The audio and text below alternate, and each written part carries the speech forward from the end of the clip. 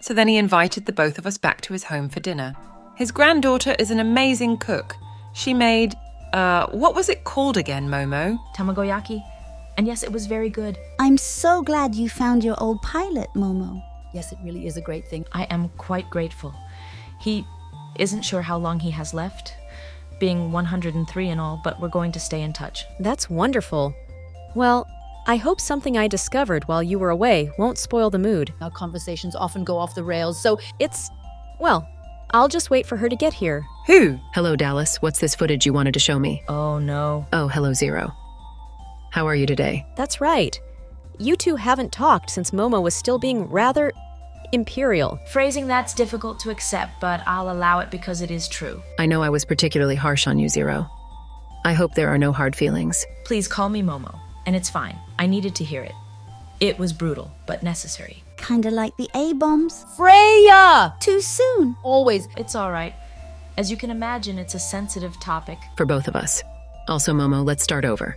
I'm Enola Gay Super Fortress. It's nice to meet you. There we go. Everyone is getting along. Shakily, but yes. So what's this footage? Well, I didn't invite Enola to see it too for no reason. To explain, this is a television show from the 1950s called This Is Your Life. In a way, it's kind of a precursor to modern reality TV. Oh, goody. It's not quite that bad. Honestly, most of the episodes are pretty interesting. They bring on unique people and go through the story of their life by bringing on surprise guests that had a great impact on them. Surprise was the whole thing since they wanted genuine reactions. That doesn't seem so bad. Usually it wasn't. But this episode, which aired in 1955, featured Kiyoshi Tanimoto, a survivor of the Hiroshima bomb. Oh, This is about to get awkward for me, isn't it? Believe me, if it was just that, I wouldn't bother you with this. But there was one particular guest they brought on that horrified me, frankly. The first two were actually quite nice. A maternal figure for Tanimoto who helped him become a Methodist minister and a friend of his from theology school. That seems really wholesome. They were. Tanimoto was so happy to see them. But then they brought out the third guest. who is the third guest? I'm just going to let you see for yourself. Now back to This Is Your Life, Reverend Kiyoshi Tanimoto in Hiroshima, August 6, 1945.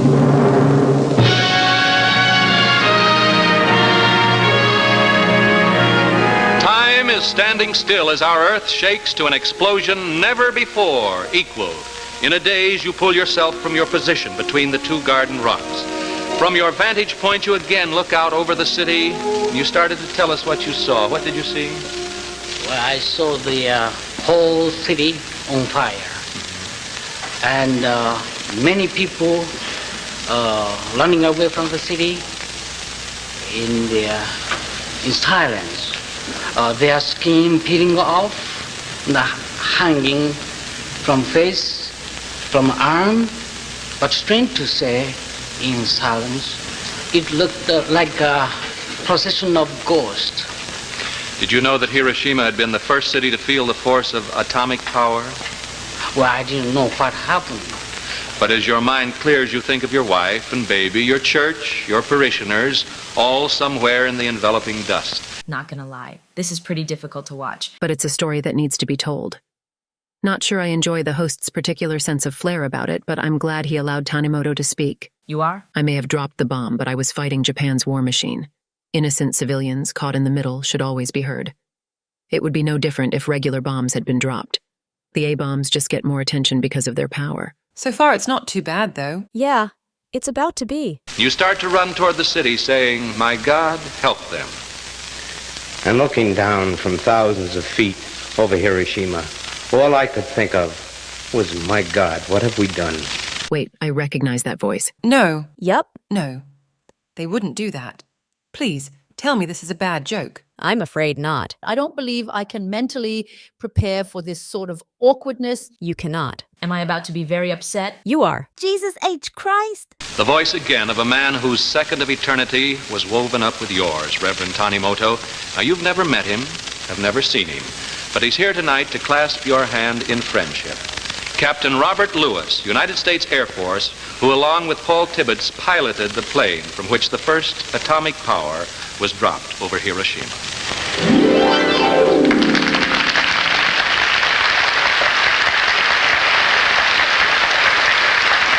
Oh my God, it is Robert. One of your crew? He was normally my commander, but that day he was co-pilot and co-commander.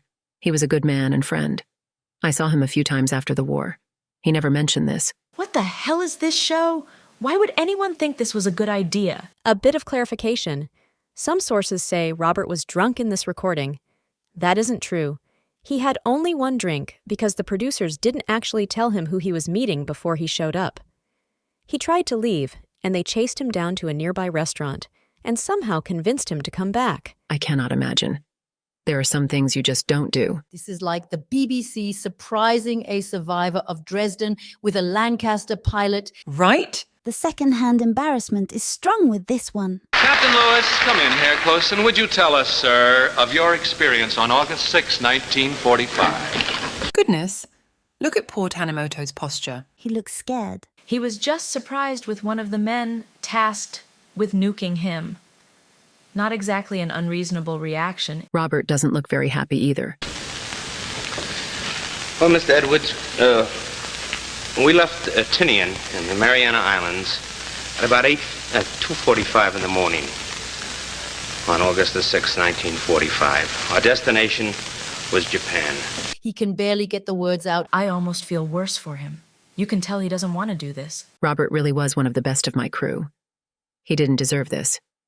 Nor did Tanimoto. I see what you meant about the reality TV comparison. They were thinking about their ratings, not the mental health of the people they involved. Did they get good ratings? Oh, yes, absolutely. A friggin' course they did. We had 3 targets. One was Hiroshima, one was Nagasaki, one was Kokura.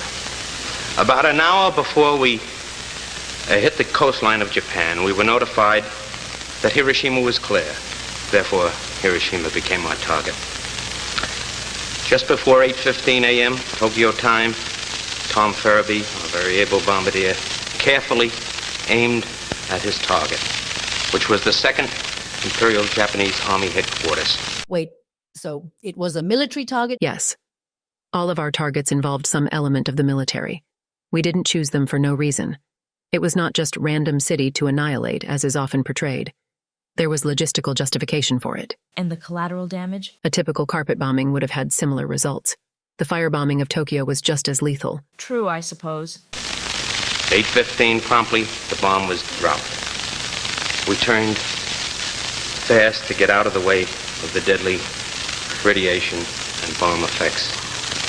First was a big flash that we got, and then the 2 concussion waves hit the ship. Shortly after, we turned back to see what had happened. And there in front of our eyes, the city of Hiroshima disappeared. Well said, Robert. It wasn't for dramatic effect. Not even a little. In one instance, the city was there. The next, it was gone. Now, you entered something in your log at that time. As I said before, Mr. Edwards, I wrote down later, my God, what have we done? Not exactly. He did write those words, but he followed it up with, did we just end the war with a single bomb? So it wasn't out of regret. No, we all knew what we were doing and why, and it worked. Boxcar, our crews, and I ended the war. We can stop it now. They do follow this up by surprising Tanimoto with his wife and kids, so that was nice. And the whole reason he was even in America was to obtain money for the Hiroshima Maidens, a group of women trying to get cosmetic surgery to fix their scarring from the bomb. The show paid him quite a bit for his appearance and asked for viewers to send money to help. So it was kind of worth it. According to his daughter, Tanimoto didn't regret his appearance. And apparently, he and Robert Lewis exchanged letters for many years afterward. Seems they had a bit of a distant friendship. Well, that's nice, actually. This ended way better than it had any right to. Agreed. This was an outrageous thing to do, but I'm glad some good came out of it. Thanks for showing me this, Dallas. Awkward as it was nice to see Robert again. Anytime, Enola.